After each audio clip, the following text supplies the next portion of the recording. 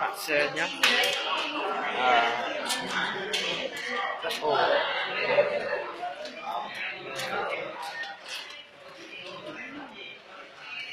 Có chút máy tính. Bây giờ bắt đầu lắm. Rồi nhé.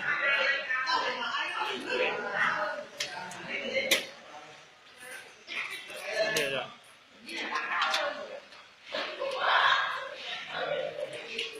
Đây là bộ phận của răng và tất cả các bạn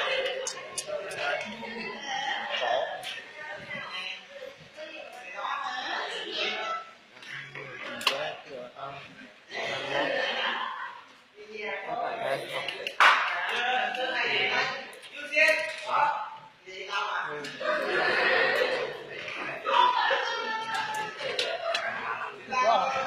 러. 죽어 나가. 지금 너 나가.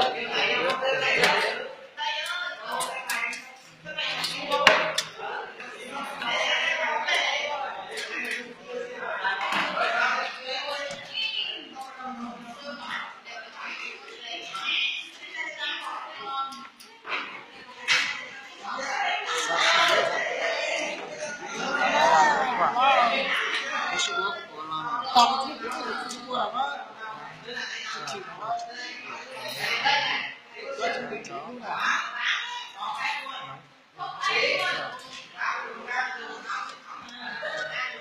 chắc là cái nó hết tim mà ở đây khoai mình khá hay có thể hút còn không rồi mày nhả đó ra luôn đây là bộ nhớ đông đây là bộ nhớ đông họ đàn lắm đây là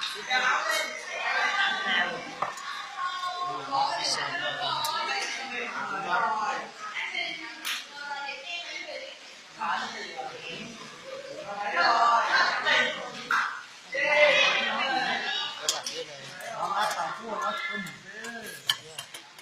có thích mình chơi hả?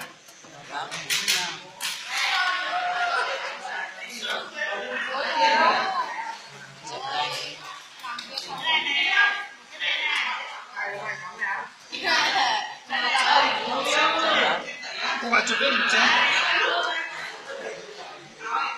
Nhớ tên là trái đi qua chụp cái mình chơi.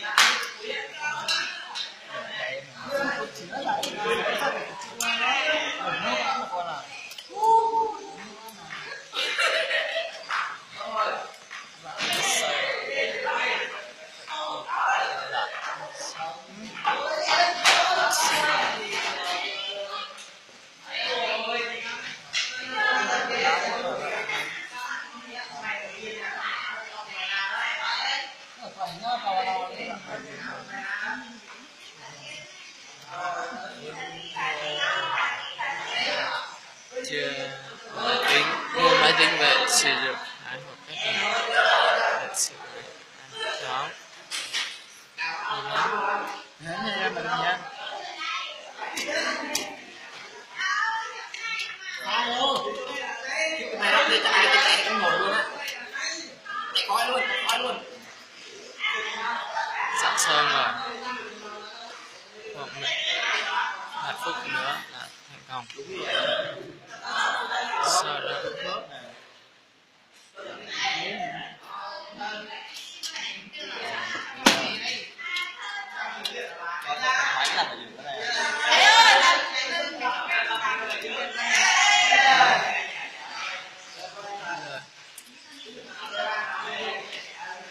nhanh nào phải quan sát mà đi đến phải quan sát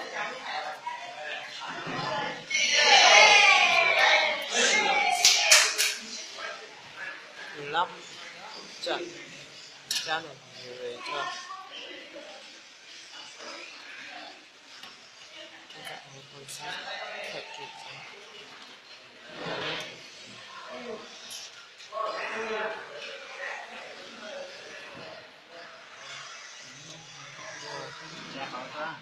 thấy chưa? Nó tháp vào đó.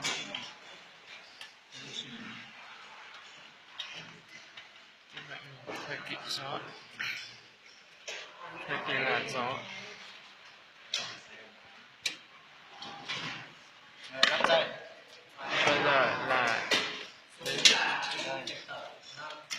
Bây giờ là lắp dây. Các bạn hãy học cách lắp dây,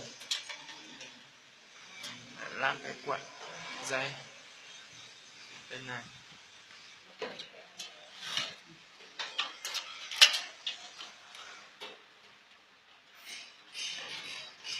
Check.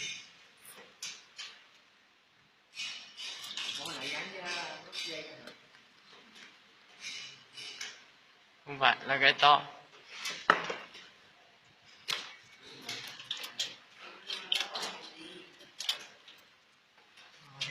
Là cái này thầy. Cái này.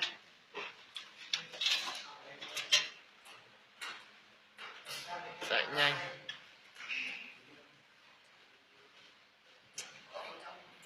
Đẩy nhanh. Bây giờ đã thành công. Các quý vị, cảm ơn quý vị đã xem video này. Để học hỏi video này. Lắp thêm các video lần này.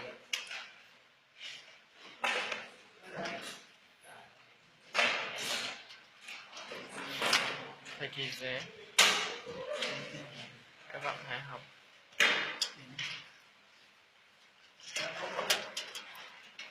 Còn 2 giây nữa thì thành công.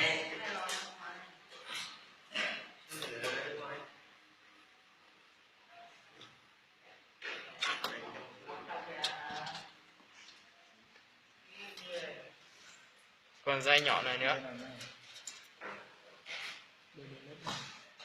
Lá nhân không?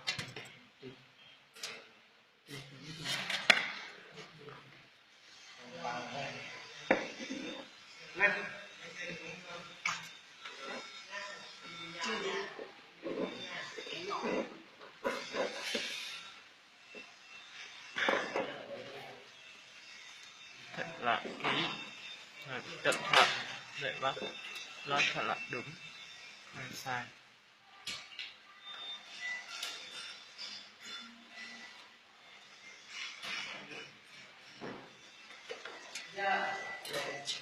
Cảm ơn quý vị đã xem. Cảm ơn quý vị đã học cách tốt lành rất quan trọng.